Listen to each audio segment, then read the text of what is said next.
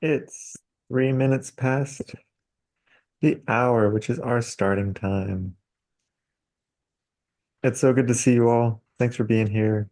We've got a really exciting call today with three presenters. Normally we do two on here, but we felt like this group of three had a lot of beautiful synergies, and we're excited to bring them together in the same conversation and have you all here with us as well. And so normally we do breakout rooms to start these calls and get some creative juices flowing and get people meeting. But since we want to make sure we give time to our three presenters, we're going to skip that. But I am still going to share a little bit of info about what we're doing here and just use a couple minutes here at the start to invite any announcements from this field that we're cultivating here, from the group that's showing up. Um, Given normally we get to socialize about events and things that are going on or celebrations in the work in our small groups. I wanted to invite that here. And so the first thing I'm going to do is just remind us of what we're doing here. This is the BioFi community of practice. Welcome if this is your first time. Welcome if this is your 10th time. Our purpose here is to cultivate and support a community of practitioners who are designing, capitalizing, implementing, and evolving bioregional financing facilities through peer-to-peer learning and coordination. And so these field building calls are a great chance for us to hear about how folks engaged in grounded work, working in community, working with land, are working towards this in their own way. Um, and so, yeah, I just want to pause and see, if you're here for the first time and you want to share briefly what caught your eye about this and what brought you, I'd love to hear that. If you're here for your 10th time and you want to share what's bringing you back, um, and anything alive in you from the field, any celebrations you want to offer or any announcements you want to offer about something that's going on that you think might be relevant to purpose here. I invite that now for a couple minutes. Beans, I hear you have something to offer the crowd. Good to see you. Yeah, so I know I that know. we're talking about building bioregional finance facilities and that kind of stuff, but right now there's a couple of small grants programs going on funded by the Nouns DAO. And I thought it'd be relevant because there are some categories that we could technically apply for, which would be like local people doing on the ground work can apply for grants, and you don't need to be a 501(c)(3). It comes in USDC and it's a streamings grant program. So you really won't incur tax penalties either because of Coinbase's USDC rules.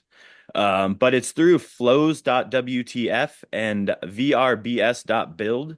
And if you just go to those pages, there's all the relevant information about how to apply and how to provide updates so that you can hit the reporting requirements. And they're just offering small grants, so maybe $100 a month, $150 a month. But some of them are to host meetups. So, like at the end of this month, for example, I'm hosting a local bioregional meetup in my town. So, the little bit of money I'm getting will help pay for the space, provide some snacks, maybe enable me to print some flyers or something. So that's all. I'll throw the links in the chat. But yeah, it's pretty basic. If you just go check it out, you'll see how it's relevant to a lot of people in the space. Wonderful. Thank you, Beans. Put that in the chat. Um, well, I'm going to get us rolling into our incredible presenters today. We have three folks. I'll put their bios in the chat because I don't want to take up time talking about them. I want you to hear from them directly. And how this is going to work is we'll do a 15-minute presentation for each presenter and then hold about 5 minutes immediately after for just kind of quick clarification Q&A on what they presented. And then once all three presenters have gone, we'll have about 15 to 20 minutes at the end to really just hold a generous conversation between them all. And I want to check in with you, Michael, Ramson, and Emma. I'm planning on just going in the order of the event description, which I think is Michael first, and then Ramson, and then Emma. But if there's anyone who felt strongly about going first, I'm very open. Does that feel okay? Okay, great. So I'll hand it over to you, Michael, in 1 second. I just want to make one last invitation here, which is please, if it's important for you to have your camera off, there's no need for you to feel pressured to turn your camera on. And if you're just like moving about the house, cooking, cleaning, doing what you got to do as a human, it is really nice to see you and feel that this is a room full of humans and not just a room full of names. So there's no pressure at all, and just a full invitation to be human here in whatever way that looks like, because it's nice to share that presence. With that, I'm going to turn it over to Michael. I think you should have screen presenting permissions, and I'll give you kind of a 2 minute reminder when we've gone 13 minutes, so you can try to wrap up with 15. Does that sound good? Fabulous. Thank you. And hello, everybody. Good to meet those that I haven't met already. I know about half the people on the call and half I've not met before. So I'm very pleased to be presenting, if I can get this going. There we go. What we call the Abundance Project in the Valley of Grace, which is Western Cape, South Africa. And to give you a sense of where that is, right at the southernmost tip of Africa, where the two oceans meet. And I'll give you a little more detail. So you're probably familiar where Cape Town is. We're about 90 minutes west of Cape Town. The cluster of yellow dots in the middle there, this is the Valley of Grace. And the reason these other dots are here is because this is the perimeter of the Breede River Valley, and that's within the wider context within which we sit. One of the things I wanted to point out is just the geographical layout without going into too much detail. You'll notice that this large area at the south that's commercial farming at present. About 100 or 200 years ago, that used to be indigenous forest. And how this has radically affected the climate is that you would get coastal breezes coming off the coast and then rising up against this plateau. It's anywhere between 1,200 and 1,500 meters high. And that you would have, as the cool ocean air came across the forests, the spores from the forest would cause condensation at a very low altitude. And we had what was called a Mediterranean climate, so very soft, gentle rain all the way through the winter period. Because it's now been converted into commercial farming, that condensation isn't happening. And so air is circulating back over the ocean and then constantly increasing the water within the atmosphere and then eventually leading to heavy downpours. And so we get regular floods as opposed to that gentle winter rain that we used to get. I'll come back to that. It'll be relevant later on as to why I mentioned that. So a little bit of geographical positioning. There's 6 towns in our valley, all fairly small. So the area within which we concentrated is 10,000 hectares. There's 25,000 people in the valley, all from very different socioeconomic backgrounds, from the very poorest to the very wealthiest. The total catchment area, the name of the river that we're on is the Rivier Sonder End. That's a South African word, which means river without end. The catchment area of just that river is 69,000 hectares. But then we nestled within that wider area, the perimeters that I showed you in the previous map. And that's an area of just over 12,000 square kilometers. For the Americans, forgive me, I couldn't do my conversion to miles, but hopefully you get a sense of it. And the total length of the Breede River, we're a tributary of the Breede River, is 337 kilometers. The reason I mention this is because many of the projects you may be aware of, particularly in the US, their scale is much bigger than this. So these are quite small areas that we're talking about, and a small community of people. A little bit of history of the area. So the place was discovered, and I put that in inverted commas, in 1737 by a Moravian evangelist who arrived from Germany. And it took him 30 years or so to build a thriving Moravian community. And we think that the picture in the background is from about that area. They'd established their own flour mill. That was a big deal for them because it meant that they could bake their own bread without having to take wheat elsewhere to be ground first. And then in 1838, the first teachers' training college in the whole of Africa was established in this valley. And the reason that's important to me is because it feels as if we're coming full circle. So there was a particular type of education that was birthed in this valley, which is the typical education system that we're all used to now. And it feels relevant to me that we're coming back to the valley now, more than 100 years later, and potentially birthing a new form of education that's much more aligned with the land itself.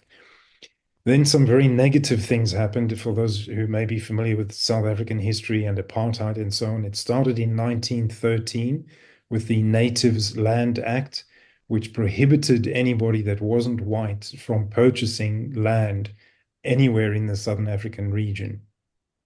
That then progressed to the 1950 Group Areas Act, which meant that people with non-white skins couldn't I beg your pardon, couldn't live, whether they owned it or not, couldn't live in certain areas. And so they were segregated into different groups, with whites living in one areas, colored people, which are of a Khoisan heritage, living in another area, and black people living in a different area. The Group Areas Act led to various forced relocations in the 1960s.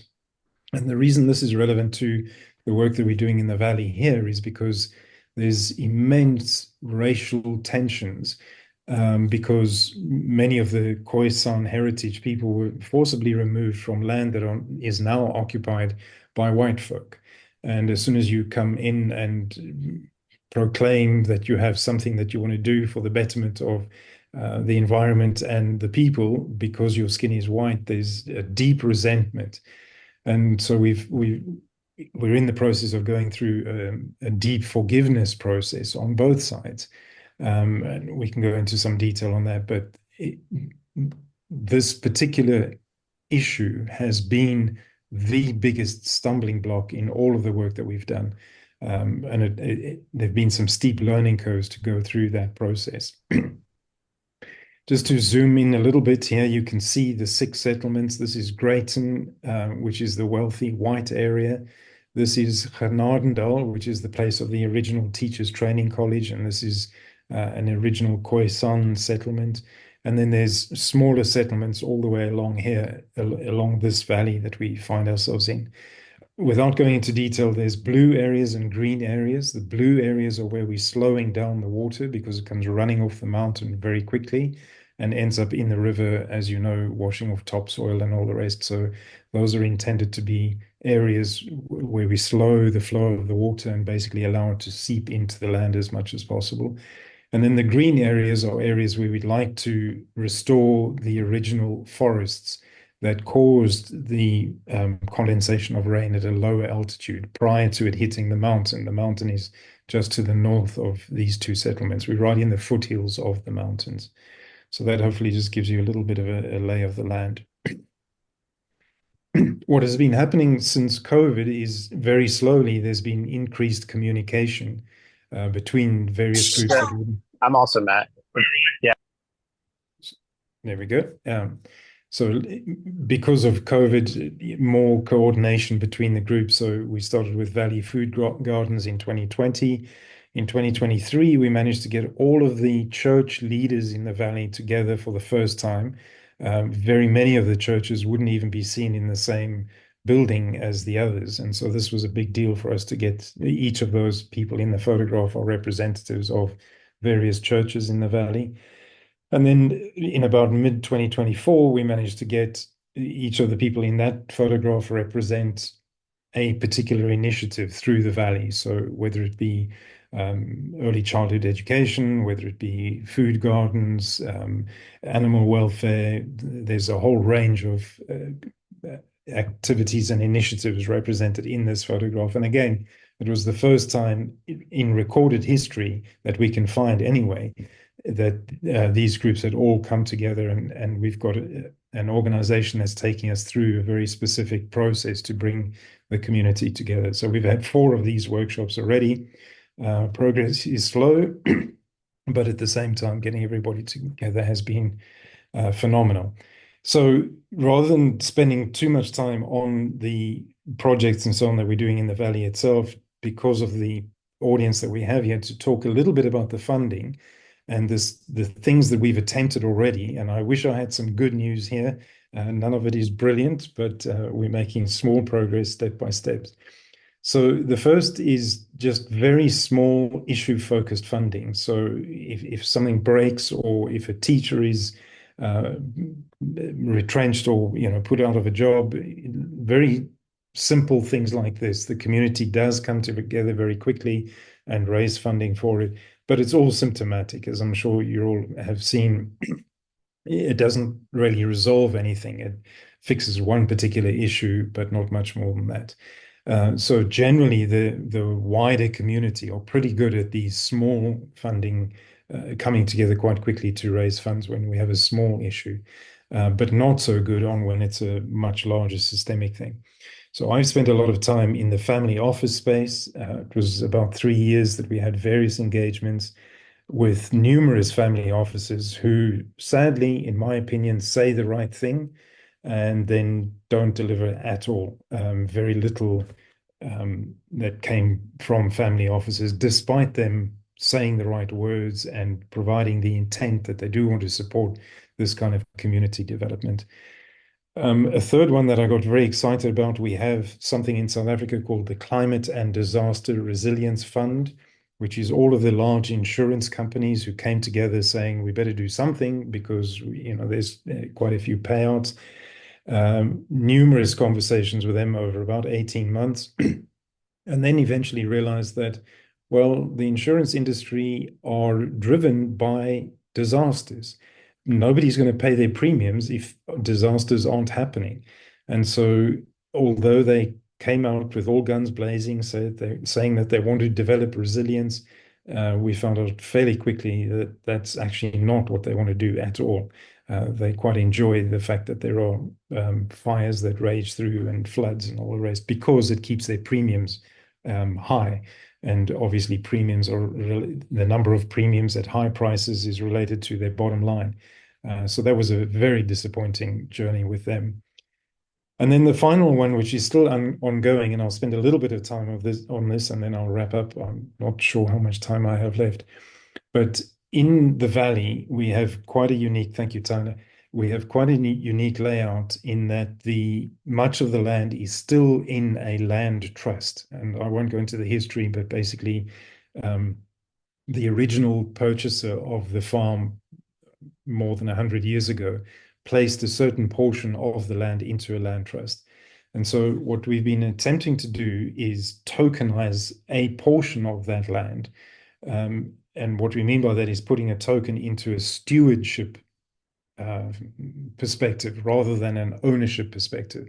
So by purchasing a token, you are linking your investment to whether the work that we do on the land increases genuine progress indicators. I can go into some detail if there's some questions around that.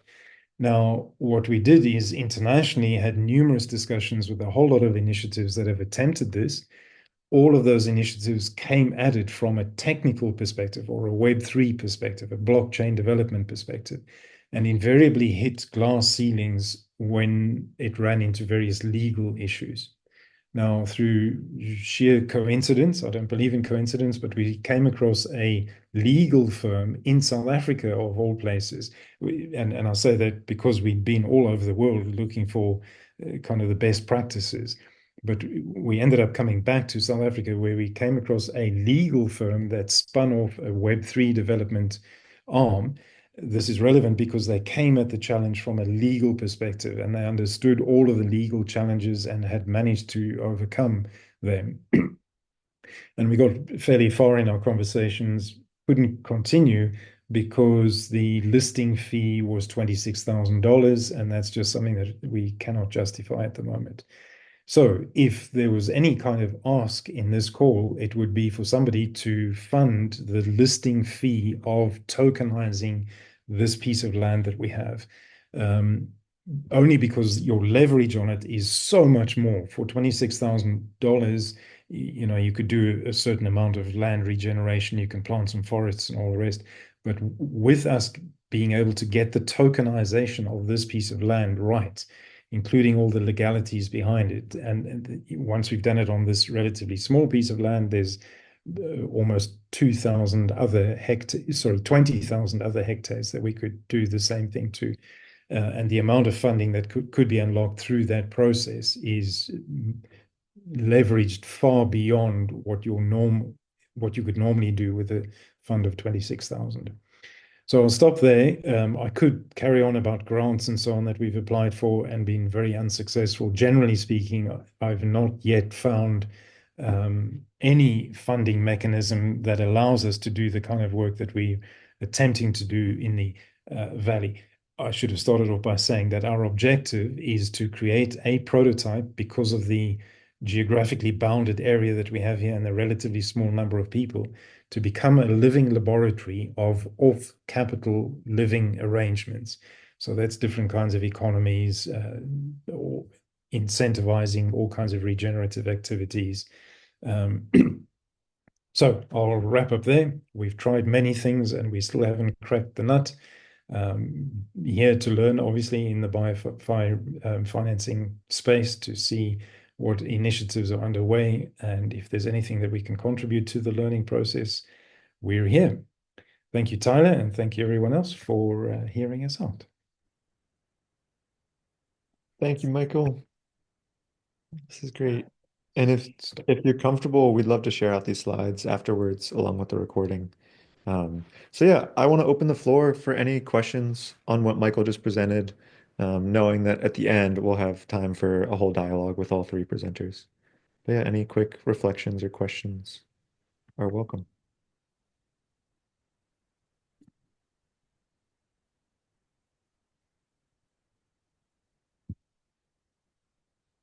Go ahead, Marilyn.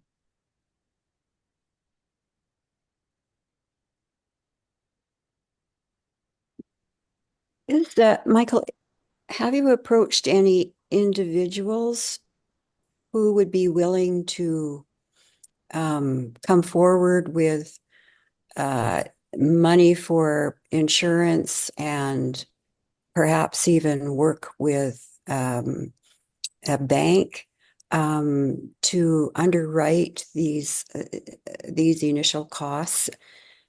Is there a community person who would have the capacity as well as the interest in helping you with this? So it's been a 10-year journey so far, and we've attempted, numerous avenues. Part of the challenge is that we don't have somebody who has a track record of fundraising. So we're all volunteers and we're all doing things as best we can in the time that we have available. So, if we had a team that was more dedicated to going out and raising the funding, I've no doubt we could eventually get there. In terms of individuals, they're generally much more comfortable funding something tangible. The latest thing that we've funded is a ramp that goes up to a clinic so that people in wheelchairs can get up the clinic. It's something as small as that is much easier for people to wrap their head around and say, yes, no problem, I'll fund that. But when you're talking about something that hasn't been done before, there's no precedent, and it's not something within the consciousness of the individual that's usually able to write the check. Very difficult sale, particularly when we're dealing with people who are not themselves fundraisers. Hopefully that answers that question somewhat. Thanks. We have very wealthy families living in Greyton. There are many people who come. There's a particular draw for various reasons. So we have a lot of very wealthy people retiring here. And these are the individuals that are willing to fund the smaller projects, but come to them with something as highfalutin as this. It's challenging. Matt, we'll go to you, and then after this question, we'll transition. Sorry for the background noise. I'm in the airport, but I had to say hi because, Michael, I'm in Grayton, California, in the Green Valley. So your sister bioregion. Thank you so much for the presentation. And hoping you could speak briefly to the rationale for tokenizing land that's already in a land trust, if I heard that correctly. Yeah, great question. Thanks, Matt. Our underlying philosophy is that ownership is part of the capitalist system. So this idea of owning anything, and I'm seeing lots of nodding heads, so I'm not going to labor the point at all. And in order for us to shift from a model of ownership, it makes sense, in our view, to shift towards a model of stewardship. Now, incidentally, the valley that we're in, the original occupants, which are all from Khoisan traditions, they are the world's longest surviving values-based society, whereas all of us live in a class-based society. And ownership underpins a class-based society, whereas stewardship underpins the values-based society of the Khoisan. So in the Web3 space, in the blockchain space, in the crypto space, most of it is still associated to ownership, even if it's fractional ownership. And we wanted to move away from that thinking completely. In other words, so you purchase a token and you own the token. The token is linked to a particular parcel of land, 1 hectare of land, but you don't have fractional ownership of that land at all. Instead, what you're doing is backing the increase or decrease of the genuine progress indicators linked to that parcel of land. So it could be soil quality, water quality, air quality, social quality. And then the value of your token increases or decreases based on the effectiveness of the work happening on the ground. So while you can own the token and pass the token on if you want to, purchase it for an investment reason, and as the value goes up, you sell it on the open market so that you can, what's the word I'm looking for? Your gains can be captured in fiat, basically. But you're never owning that, even if it's fractional ownership, that piece of land, because it's in land trust.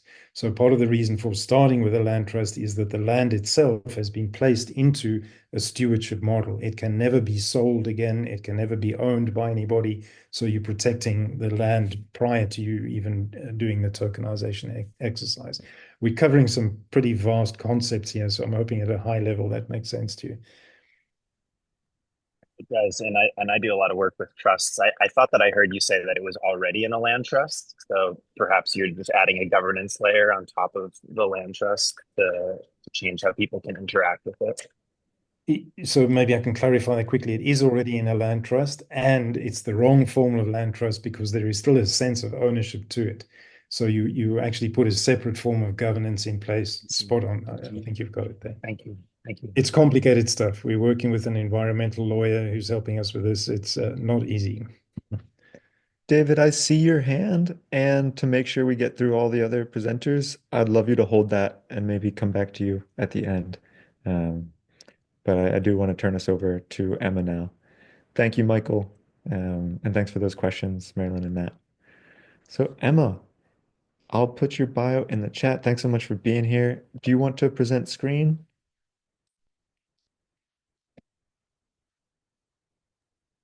Thank you so much, Tyler. And I'm happy to be in this space. Yes, that's my bio in the chat. But I really wanted to present this without having a slide or anything. So I just wanted to be comfortable to do it with what I do and what I think about. So I hope everyone is comfortable with that. And I'll go ahead and present about Refi Uganda, stroke BioFi Uganda, because we are getting there and we really need kind of a name depending on where we are participating. So I'll take you a bit. I know a lot of folks here don't know maybe about Uganda. So I will maybe present the geographical part of Uganda to everyone. Uganda is a landlocked country in East Africa, and it borders Kenya in the east, and it borders South Sudan in the north, and we have Rwanda sharing Lake Victoria at the south, and also we have Democratic Republic of Congo in the west. And we're a landlocked country. We got our independence in 1962. The British colonized us, in 1962, not until the first Prime Minister of Uganda, the late Apollo Milton Obote, led Uganda to independence. So that is part of the history where Uganda is now. We attained our independence in 1962, and currently we are ruled by our President Yoweri Kaguta Museveni. And yeah, I'll talk part of the BioFi in northern Uganda, how we got into Web3, and what we are doing in our communities is what I'll be sharing right now. You all understand that cryptocurrency in Uganda was banned by the government of Uganda, but this didn't stop us, the climate activists around, to continue with the work that we are doing, because though they banned the use of crypto or the Web3 by the government of Uganda, whereby people cannot access funds through the bank, we have always got options of making sure that people receive the money through mobile money use.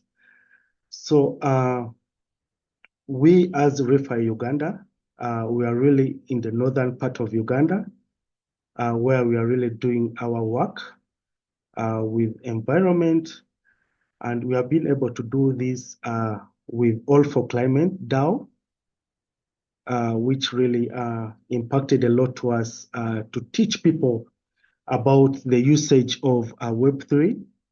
You find that in Uganda, people didn't know about cryptocurrency, and they didn't know how to be really decentralized in finance.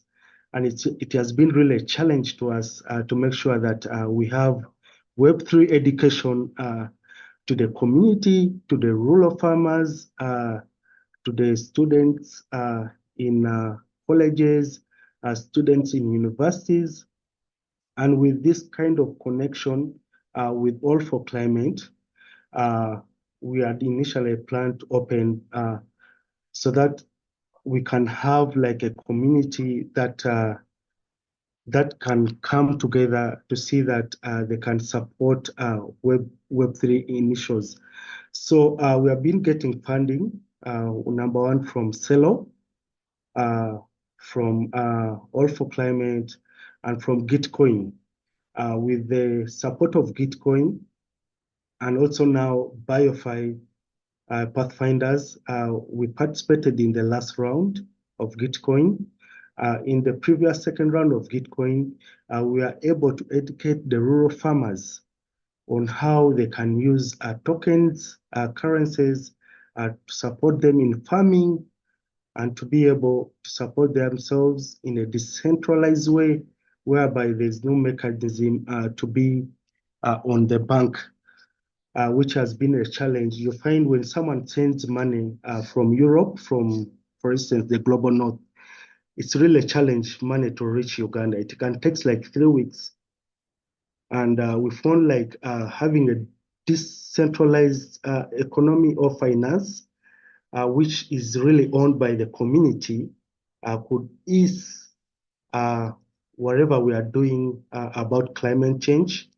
And we really adopted to Web3, whereby we can access money within just a day, within hours, which initially wasn't possible, because I've worked with various climate organizations, for instance, Extinction Rebellion, where they have been supporting communities to be able to carry out climate activism, support the schools, the kids in school, to carry out campaigns, carry out actions, and it has been a challenge to access funds.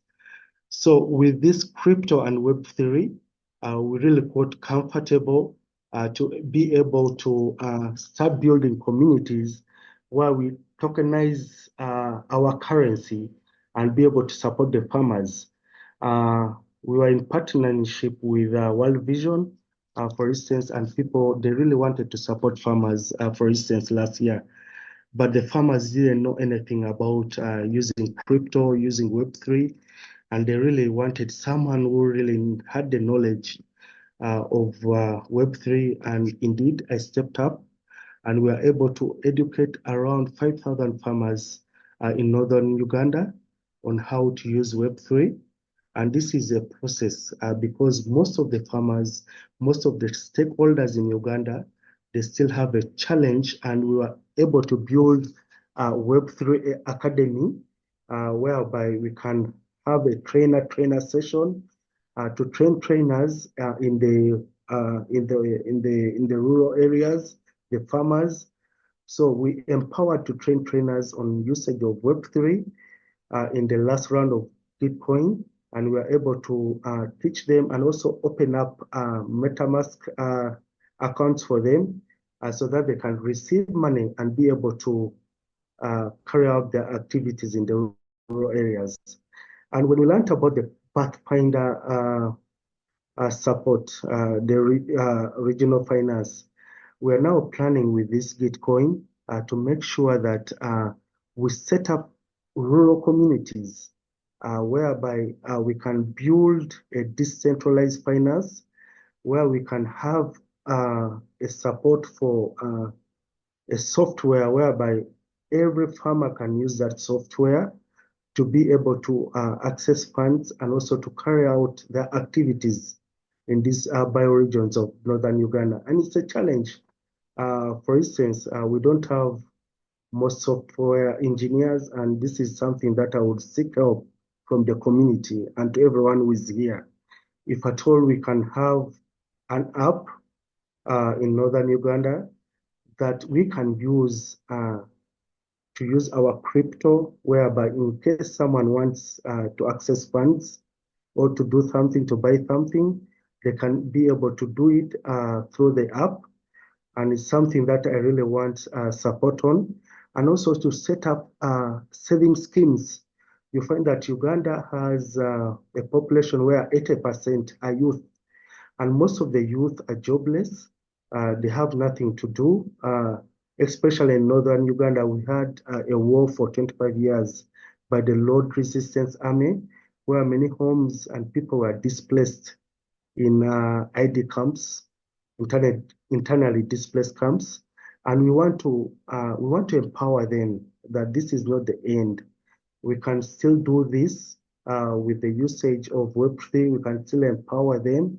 We can still support them with different schemes and elevate them to be able to support themselves. So we want to create a community whereby people can have a savings scheme of cryptocurrency where the community, the farmers, they can organize themselves, and in case they need support, we have saving schemes with crypto that they can be able to have a decentralized finance and support themselves. Yeah, we have got funding so far from Bitcoin, Celo, and I think this is not enough because our motive now is to make sure that we have a decentralized finance in our region whereby everyone is able to access funds and use them to support the communities. And with the BioFi, we think this is going to take us to a new sphere where we are going to be able to set up a community whereby it's going to look at the land, and you find that with the kind of political situation that we are having, even the lands of the natives in Uganda being ruled by the dictatorship, land are being taken away from the poor, and the poor are becoming poor. And this is something that we really need to have partners in Uganda to support people to fight the land rights for their community so that their land is not taken by the rich, to become richer, and also to sensitize the farmers on how to protect their land, and also to make sure that we save our environment. Uganda is a beautiful country that has wildlife creatures around. We have Lake Victoria, we have Chidepo, we have several national parks, and through which we can support the ecological part of Uganda, making sure that we conserve our animals in the game parks through sensitizing the rural communities, the farmers, so that they can be able, through all these donations, we set up ourselves so that the community actively be part and they address their issues so that we can find a way on how to mobilize ourselves and strategize and see how we can get all over this. And I want this kind of presentation to be open so that the community that is here present can advise and support us how we can move forward, because I believe that community is immunity, and with having several voices from around the world, we really get knowledge, we really get advice on how we can move forward. And this is the reason why I'm here to present, so that I can also have a space where I can listen to you. And in case you have some questions, I would be delightful to hear from you and see how we can make this better with the support that you people have.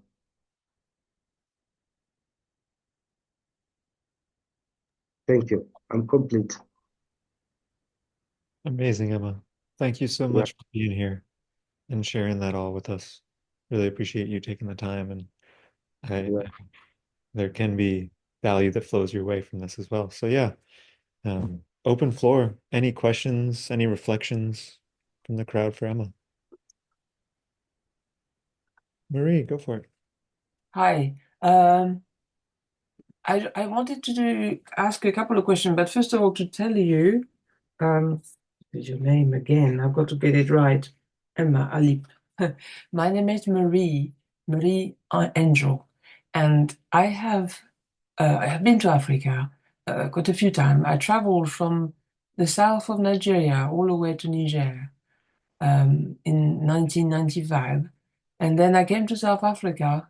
No, in 1993. I came to South Africa in 1995 to present my pictures and my presentation of what I saw to the South Africans, because at that time they could not go to Nigeria. So none of the scientists there could go, or the farmers, to see what it was like. So me, a French woman who'd only been there the once, I was invited to come and show them what is it like. I just wanted to let you know that. But since then, in the last 20 years or so, I have continued connections. I also went to Djibouti, and I made connection with the permaculture people in Ghana, in Kenya, in Ethiopia, and I'm amazed at how good permaculture is in Africa. I've got to say, the Africans are the best permaculturists in the world ever. And so my questions are, well, the first one was, I have been sending money through, what's it called? World Remit. And with World Remit, I can get money immediately, like within a few minutes. They get it on their money system on their phone. To my friend Innocent Kelvin Coffee, who created a permaculture project in Adzokoe, northern Ghana, and my friend Deborah Ashiong Membi in Kenya, and her husband, who's a permaculture teacher. So I wondered why it's not possible in Uganda to do that. And therefore, what is the rationale why they banned cryptocurrency? So in other words, this dictatorship, are they actively trying to stop people from getting financial help from overseas? I mean, from the global north. And how do they justify that? I mean, every other African country that I've been working with, you can at least send the money on somebody's phone. So what's the matter with Uganda? That's what I want to know. Thank you. Yes, thank you so much, Marie, for sharing your concerns about that. Yes, me personally, I've ever received money in Uganda through World Remit, and you can access it immediately, but there's a limit. There's a cap on the amount that you're receiving in Uganda. For instance, when you receive money in Uganda, it has not to be above 3 million Uganda shillings. That's roughly 1,000 USD. Yeah, the And by biggest amount I ever sent was a few £100, maybe like 100 or £200 at a time. I never sent more than that. Yeah, okay. yeah. So you find that when money comes, there's an agent of World Remit Okay. that asks you for your identity, what's the usage of the money, and Okay. a lot of bureaucracy that involves around you receiving that money. And like how you said, most of these corrupt governments and the dictatorial governments, they fear a lot that if people in the global north fund and support some kind of projects in Uganda, they fear that they can use this money uh, to use it to demonstrate or Against the to government, yes. To get them down. so, Yeah, okay. Got it, got so it. they really bring a lot of ultimatum onto receiving funds. And Mm, with the Web3, this is not the case okay. because they try to refuse the bank, but we have mobile money agents that we deal with. Because when I have my cryptocurrencies, you find that Binance works in Uganda, and they have their people that partner with them who are agents in Uganda. So I use it as fiat. I get my crypto, then Yeah. I sell it to them, then they give me money in UGX. And the government have nothing to do about that. It's over them, Okay. unlike like restricting the bank. So Yeah. it's a challenge to them, and it has defeated them. And that's why Web3 is able to do a lot of projects in Africa because money is really easily accessible. Okay. Yeah, Got it. accessible. You made it As, very clear. Thank you. I understand now. yeah, you're welcome. And I think you talked about permaculture. Permaculture has grown so well in Kenya and neighboring countries, and I'm happy that in Uganda, people are stepping up. We are trying to educate people about permaculture because that's the way to go. And there are a lot of projects and there are a lot of partners in the global north that are really supporting the permaculture activities in Africa, especially in Uganda. They're now adopting, but Kenya is way above because they really have a lot of permaculture projects. And this is where we are focusing on And two. Ghana. I mean, Ghana is very, And they in have West a Africa, agricultural institute started by this wonderful man who died not long ago, Paul somebody. And you know, they're very, very strong in Ghana. Yeah. yeah. And also, I'm happy that last year with Uh, Paul yeah, Yeboah, his name is Paul Yeboah. Paul Yeboah in Ghana. That was him. Paul yeah. Yeboah. So, and also in Uganda, we have started like to connect with climate activists so that to empower the people in Uganda to adopt to permaculture because if they're able to plant and grow their crops, it supports them. And this is the future that we are looking at to make sure that people adopt to permaculture since there's a lot of food scarcity in Uganda and this can support them. And this is what we are looking at.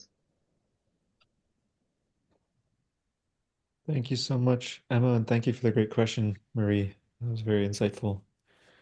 Um, so we're going to turn it over to our final presenter, and then we'll have time for questions at the end as well. So it's over to you, Ramson. I'll put the bio in the chat. Would you like to share your screen or just go into chat? Thank you. Yeah, maybe I could also share my screen, but I did not really prepare to do that. I have something. Whatever you prefer. Yes, so thank you very much. I think, yeah, I will just introduce myself a little bit. My name is Ramson Karmushu, and I'm the founder of the organization you see on the screen, My Indigenous Knowledge in Action, which I think is also presented down there. And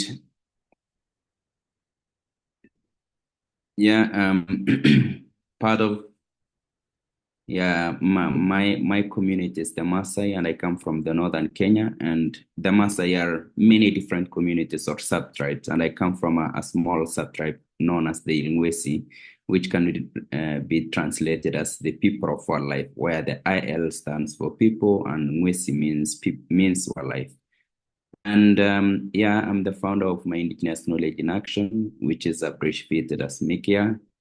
And yeah, by past experience, I've been working in a different organization for 8 years in different positions. And when I left the organization, I was the research, learning, and advocacy manager for the organization. Most of the work that I have done is around climate change issues and challenges being faced by Indigenous pastoralists in northern Kenya who live in areas that are quite impacted by climate change.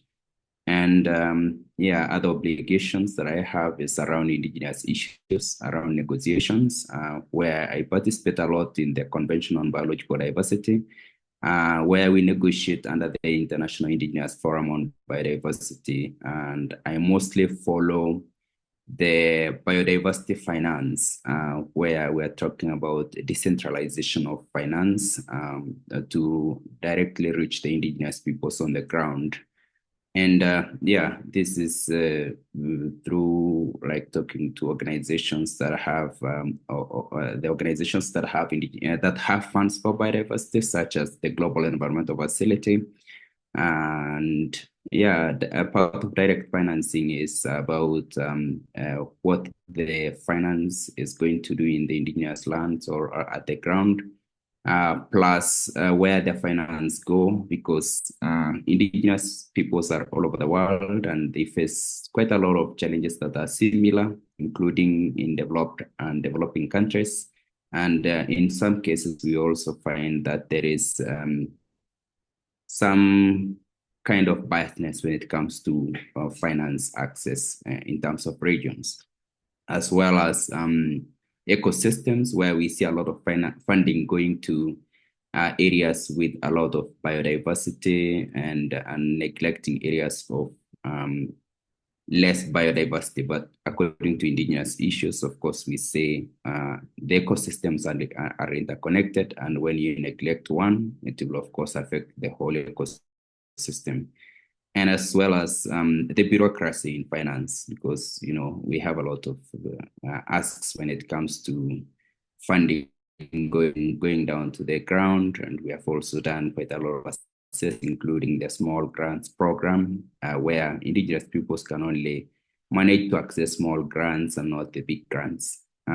So we're negotiating on big grants and flexible in terms of reporting, in terms of mechanisms, as also thinking about the flexibility in terms of reporting and also our own capacities, where we have the capacities of Indigenous peoples being very different. About my Indigenous Knowledge in Action, it's abbreviated as MIKIA, and MIKIA stands for, it's really a Maasai word that says, "Don't take me away." And why we say this, it's about our knowledge. We think that our knowledge as Indigenous peoples has been very useful, and it's actually what has made Indigenous peoples live in nature and with biodiversity across the globe, and still find biodiversity today, even though biodiversity is so much degrading. I would also say that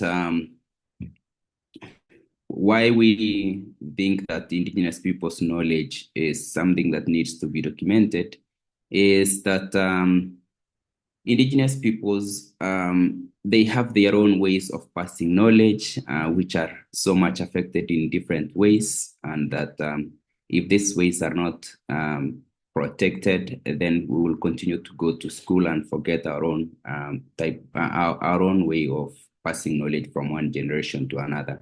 So we envisage in Indigenous peoples documentation of knowledge, preservation and regeneration through intergenerational knowledge transfer, as well as the integration of knowledge with the Indigenous people's knowledge, the scientific knowledge.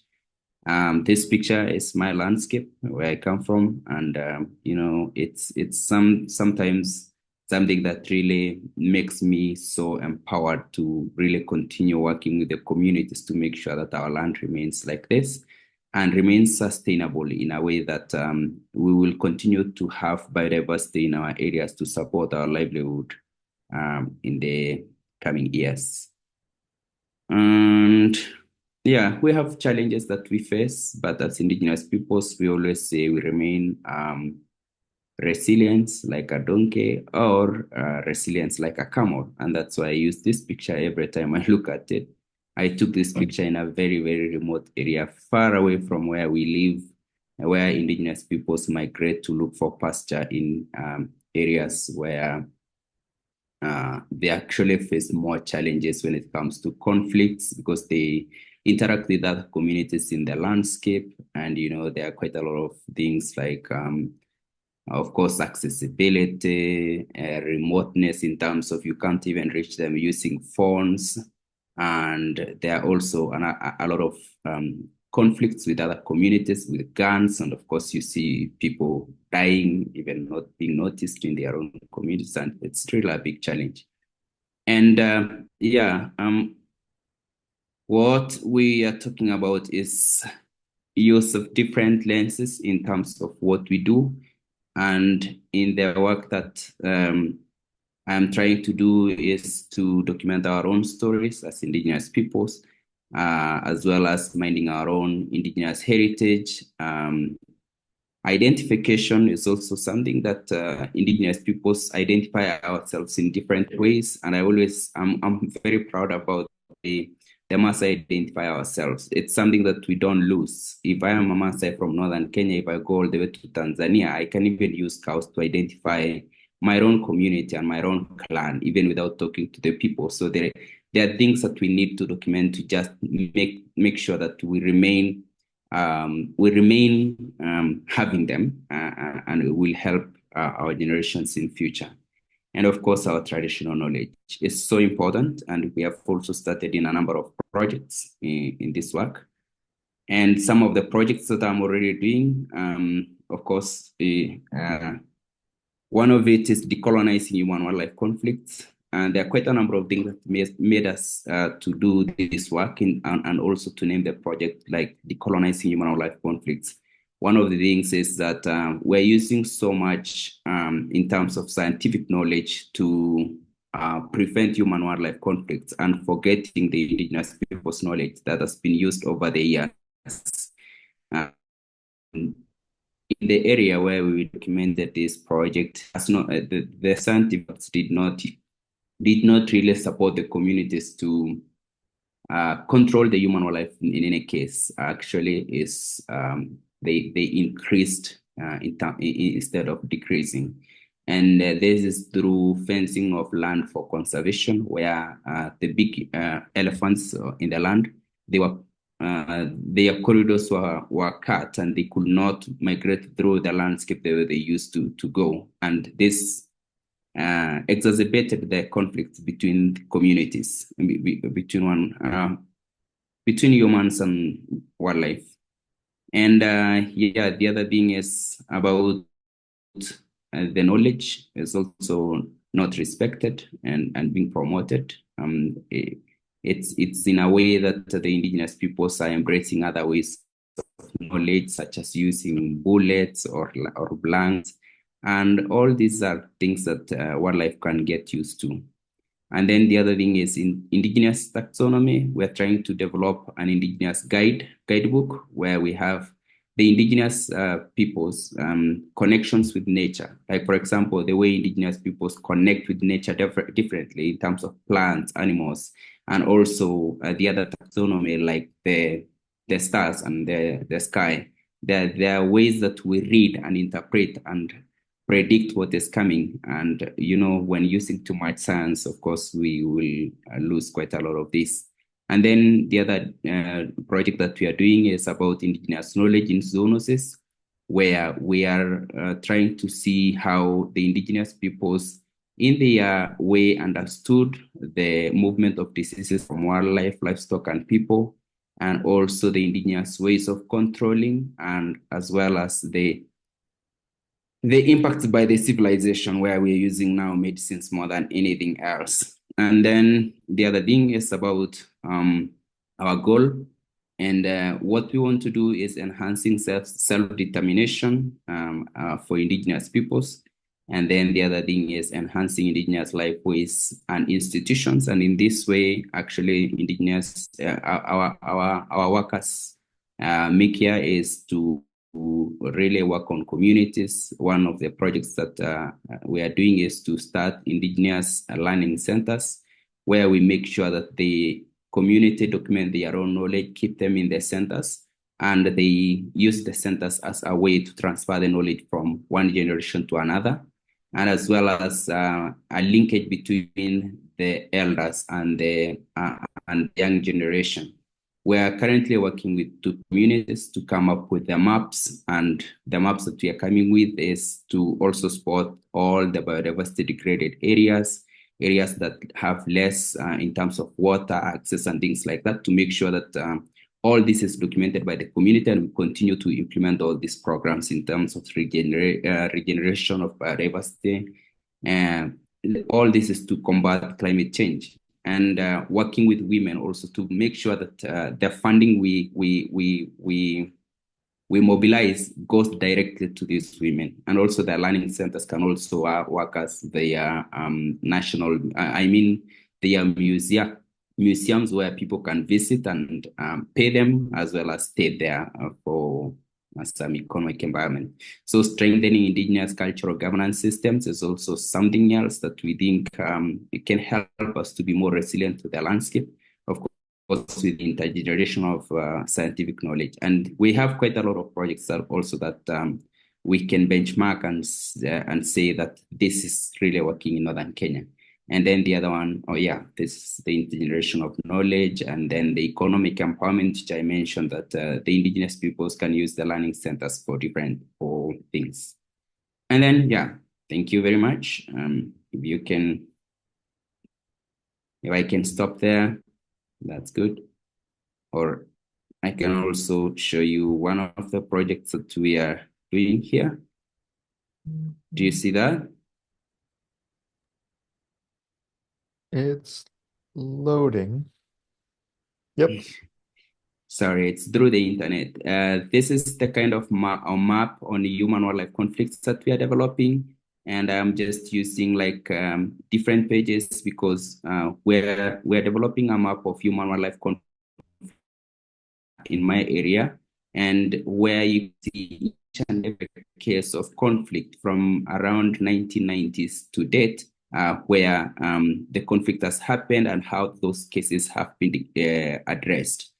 I like to show you this one, 10, which shows, sorry, not this one.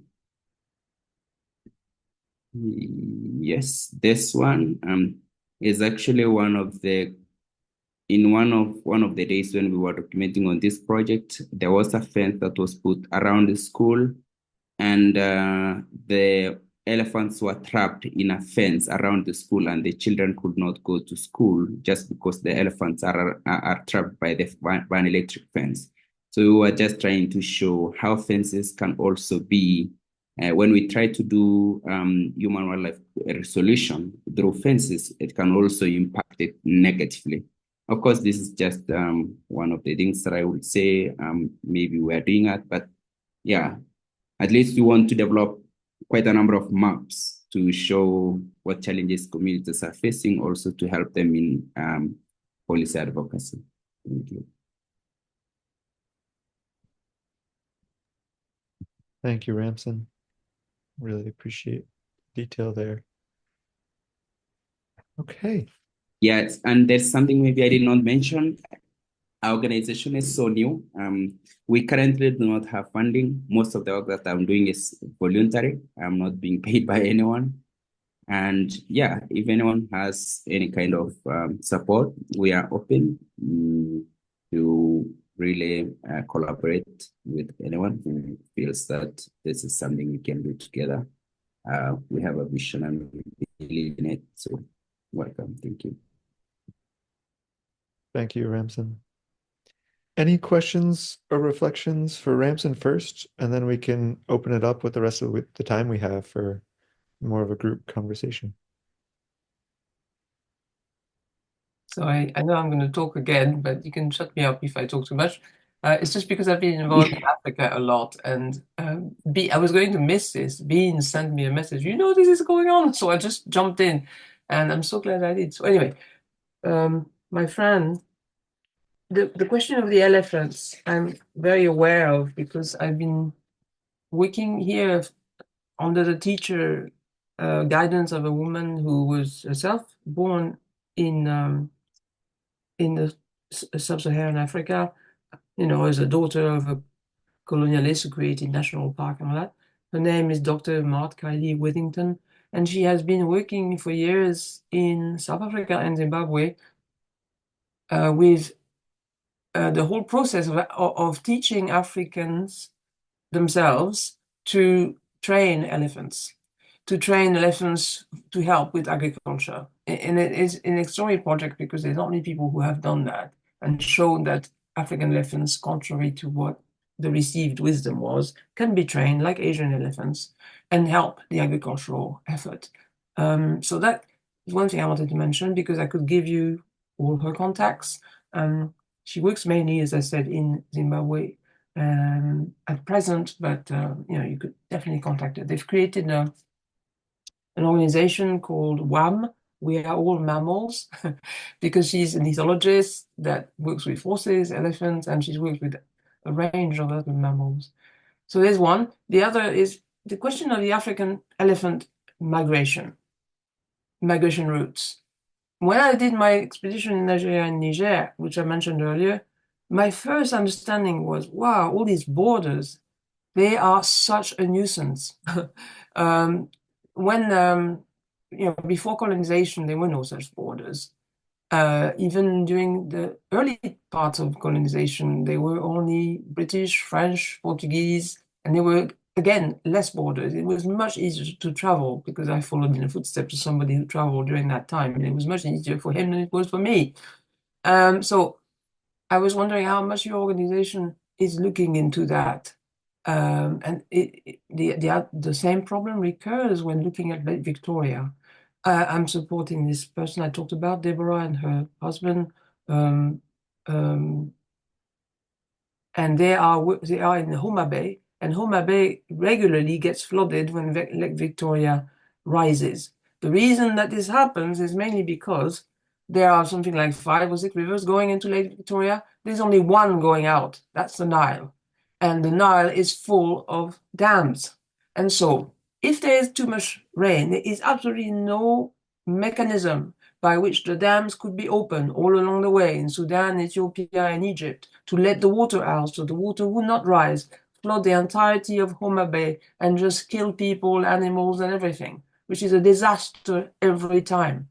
So the people of Homa Bay, they're going from drought to flooding, drought to flooding, drought to flooding. And constantly they're going hungry. They call me, she just called me tonight, Deborah. It's just a terrible situation. So I wondered what is your organization able to do, or organization like yours, in that context? Because my experience has been the situation in Kenya is very dire in certain regions. I'm not saying it's dire everywhere, and I know about the work of the Man of the Trees, Chief Joseph Nalongo, the whole. I followed all that, and I have a beautiful lady there who started the whole tree planting thing. There's fantastic things happening in Kenya. So I know it's one of the countries that can really lead the way in Africa towards making a big difference. But this question of borders is going to have to be addressed. A hell of a lot of managing Africa bioregionally rests on it. We cannot afford to have all these borders because semi-arid lands, by definition, work on nomadic movements. And in the case of Africa, it is the vast nomadic movement of elephant herds that has been absolutely crucial to the entire ecology of Africa and the way it functions. I'm sure you know that. I don't have to tell you because you're a Maasai. But anyway, I just wanted to talk about it. Thank you. I mean, I like being asked questions, and it really takes me back to nature when you mention quite a lot of things. And one thing is about when you talk about like wild elephants and migration, I think this is something that is so important. It's a topic that's being ignored. There is a way that conservation is being done at the expense of environment. And I think for us and for at least for me and the knowledge that I have in being a Maasai and living with nature, is something that we say exclusive conservation will not really help us or take us somewhere. That is very good. If we continue to fence landscapes for conservation, as well as not minding like the roots of the elephants, and at the same time, like we have other things that are coming, like development, which is like the transport corridors, the farming, and things like that. None of them is thinking about the wildlife. And for us, we have in northern Kenya something known as like wildlife corridors, but those corridors have been like wildlife and livestock corridors, but they are now being termed as only one corridor. And this is also a disaster where indigenous pastoralists, through their migrations, they have to follow roads like cars with cows without anything to feed on their livestock.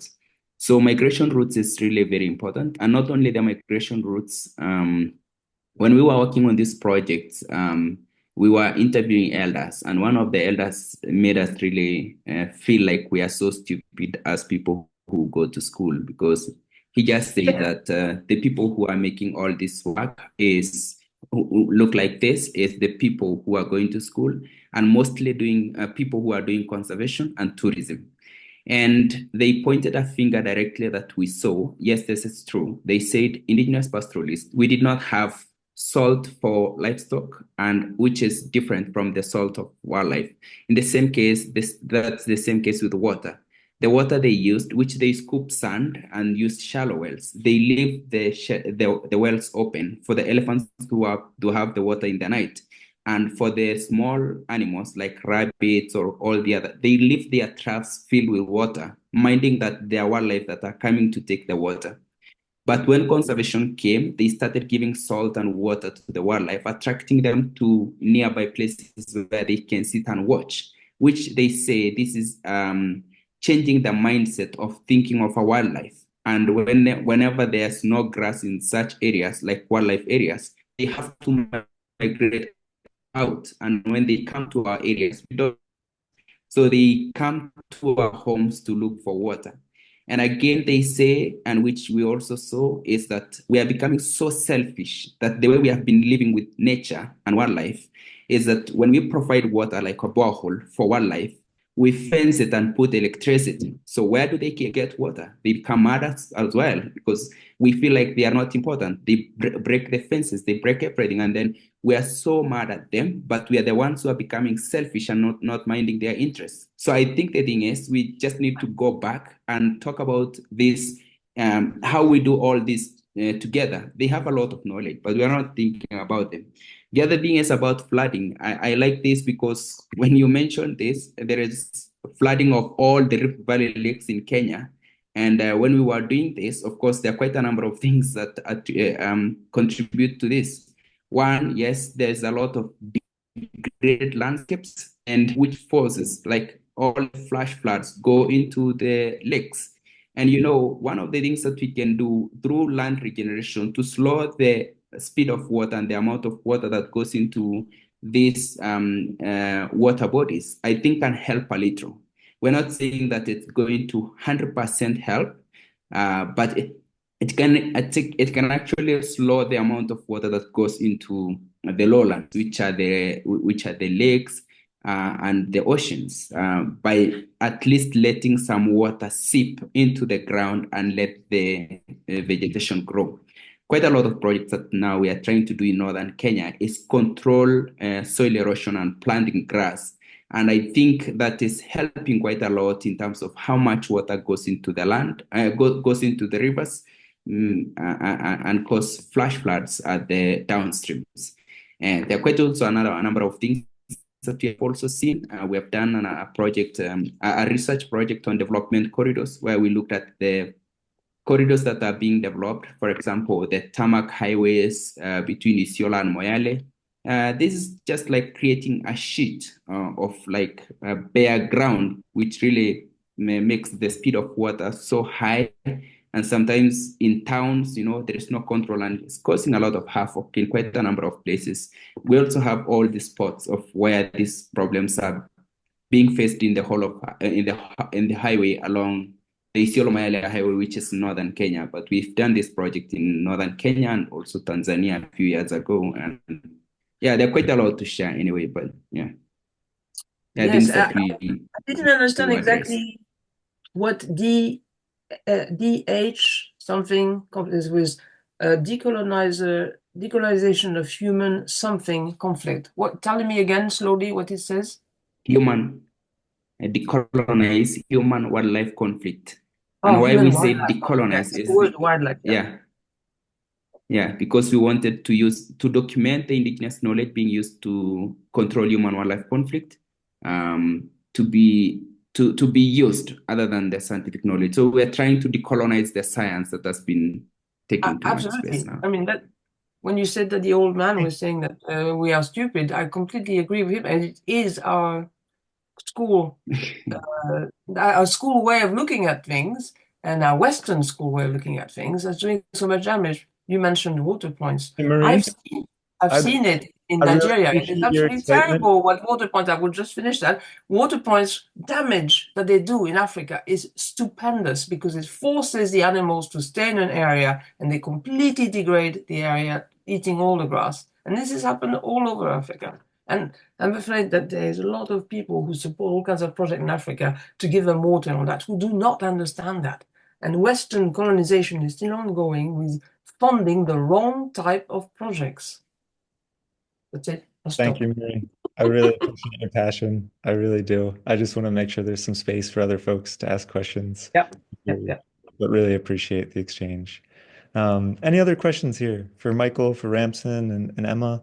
And also for Emma, Ramson, and Michael, if you have questions for each other or reflections on each other's presentations and what you learned, that's always interesting to hear. But the floor is open. David. You are on mute, David.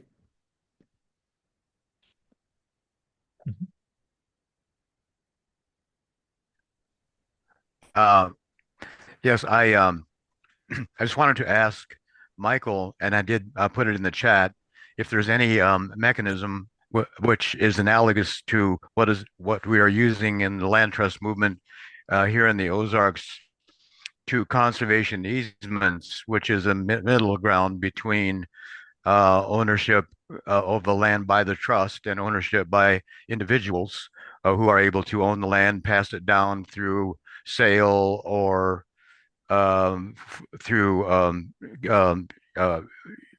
gift to their children or whatever. But their ecological covenants are written into the easements, which in combination with oversight by the land trust will also protect the land. Is there anything like that you can use in between the land trust ownership and private ownership? And maybe I'll build on that question and add a question for Michael and Ramson and Emma as well, as to whether there are any BioFi mechanisms that we lay out in the BioFi book that you're thinking about that are in service to the beautiful work that all of you are doing. So the bioregional financing facilities, but also eco credits. And I see Gmo's on the call. I know he's working on something similar to eco credits on a platform called Sylvie and doing some work in Africa. So just in our last few minutes, would love to hear some quick reflections on that from the presenters. Maybe if I can respond to David's question first, and then I'll comment on Samantha's. The easements concept, I saw your message in chat and wasn't sure how to respond to it. Okay. It's not something I've come across. Okay. And so I've put it on a note to go and dig into it a little more. on the bioregional financing facilities, much of what you wrote in the book, Samantha, were things that we'd already been exploring, because many of the people that you referenced in the books in your book were people that we'd spoken to previously. And we're seeing limited success with it, but not at the scale that we're hoping to unlock. And I think that's across the board. I don't think I'm speaking uniquely for our project. So what I loved about your book is that it brings structure to a process that we were feeling our way into and stumbling, standing on each other's toes and stumbling our way through it. On the legal side, especially in the Web3 space and the crypto space, lots of errors have been made there. So I think generally the field is moving forward, but because this is so complex, we're all still learning our way through that. I can't say that we found any silver bullet, any magical solution that came through from BioFi, but I think we're all building on the field of work that you've crystallized so beautifully. Thank you, Michael. Any quick reflections from Emma and Ramson? I know we only have a couple minutes left. Yeah, maybe I can mention a few things. First, about the land, I think in Kenya, if I can mention about the land ownership, I think communities have been, in Kenya we have the same kind of challenges that people face in the whole of Africa when it comes to land rights. And in northern Kenya, where I come from, it's an area where has been very big negligence of government from the pre-colonial occupancy of Kenya. It was declared like closed district land in the whole of northern Kenya, where I come from. And the closed district is where we had a lot of trust lands, where communities have the land, but it's owned in trust. But the government holds the land in trust of the community, where we are treated as not having the capacity to own and manage lands. But in some areas where I come from is that the communities also own the land in a way known as the group ranches, which is a representative act by the government that was also created. Both of these acts in Kenya have been repealed, and we have something known as Community Land Act, which repeals both the Trust Land Act and the Community Group Ranch Act. Now we only have something known as community land. I think it's a very safe way, but the communities are transitioning very slowly to community lands. And I think through the constitution, of course, there is a new constitution of 2010. It empowered the communities to have the land ownership strongly, which created the Land Act of Kenya of 2012 and the Community Land Act of 2016. And quite a number of communities, like my community, is the first one to register as a community land in Kenya. And we fully own our land, and anyone who wants to do anything with our land have to sign with the community. And it has to be 2/3 of the community agreeing to it. I think if the whole of Africa and the whole world goes into that and respect, I think we could really go into a safer direction. About bioregional financing, to me, this is something that when I saw the first time, I felt like, oh yeah, now we are going somewhere, because it has been something that we have been talking about. The international finance architecture, the way it's been handled for many years, it has not. And this is we don't see the finance coming down to the ground. And when we talk about the bioregional financing, I think it's now us defining what these funds come and do on the ground. And I think if we have as many as possible bioregional financing architecture, like the way I envisioned when I was creating MIKIA is trying to set something like an association where I works with anyone who believes in the knowledge and try to fundraise and give them to do the work that they have been doing. So this one, to me, it really depicts exactly what we have been talking about and pushing, that it should be implemented, and the decentralization of finance should really happen. And I was so happy to see this book for the first place, and I had to look for it and buy a copy and have it and read it. And it's something that when I went to in Colombia, I was carrying this book and I was showing to Jeff, like, try look at this book and read it and try to do exactly what it talks about. It's one of the things that I feel like can really help us quite a lot. Thank you. Sorry for taking a lot of time. Thank you, Ramson. Thank you for being such an amazing BioFi advocate and for all your other incredible work. I think Tyler's going to share some events in the chat. Yeah, I just want to check in with you, Emma, if you have any last closing thoughts before I wrap us up with some announcements. Yeah, thank you so much. I don't want to take a lot of time, but I think we have really read the book on BioFi, and we have a lot of bioregional initiatives in Uganda. And since bioregional finance is relatively new but a growing approach in Uganda, where we are community-driven environmental solutions that are being funded that are tailored to the local ecological and social economical context. So we are looking at having a community-led forestry.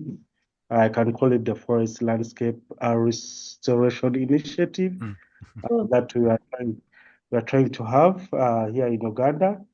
You know that most of you, I think most of you don't know, but in Uganda, deforestation and forest degradation are significant issues with much of the country's forest cover being lost to unstable logging, agriculture, and charcoal production.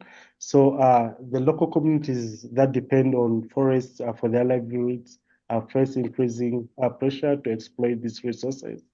So by having a bioregional finance, we will be able to engage in the restoration of degraded lands through restoration of the agroforestry systems. So we'll be looking at having support to do that, and also having a sustainable agriculture. I can call it the farmer managed natural regeneration.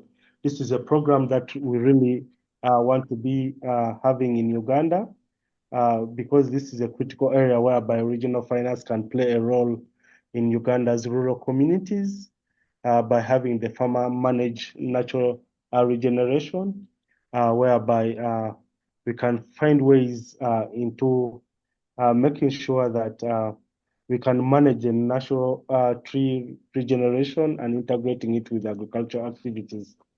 So those are the most initiatives that we are looking at the moment. Beautiful. And I'm curious if you're connected with Jimo from Sylvie yet. He was on the call. I think he's not anymore. I'd love to introduce you if not. I'm not yet connected. Okay. To, Okay, cool. yeah, I would love to. Yeah, thank you. Wonderful. Well, thank you so much, Ramson. Thank you, Emma. Thank you, Marie. Thank you, David. Thank you, Marilyn. Thank you, everyone, for being here. And shout out to Beans for putting opportunities for people to get funded to do this work that you're already doing in the chat. Really appreciate you sharing those resources. And you'll see in the chat, I posted some of the upcoming events. For those in the US, we've got a call going through this federal funding database that we put together of funds that we think can be routed towards bioregional regeneration and even the creation of bioregional financing facilities. And then in early December, we'll have a call on complementary currencies and credit pooling, as well as what our colleagues call MIKOFI, mycelial finance. And so we'll get to dance in some new terminology there. We'll have Will Reddick on that call, who's been doing work in Kenya with grassroots economics. So definitely some good Africa examples there. Yeah. And then there's a link to a great course coming up from the Capital Institute, and then always just links to join the community of practice and find our calendar of events. So thanks so much for being here, everyone. Feel free to come off mute and say toodaloo or farewell. It's Thanks, great having you. everyone. Thank you. Goodbye. Thank you. Bye. Thank you.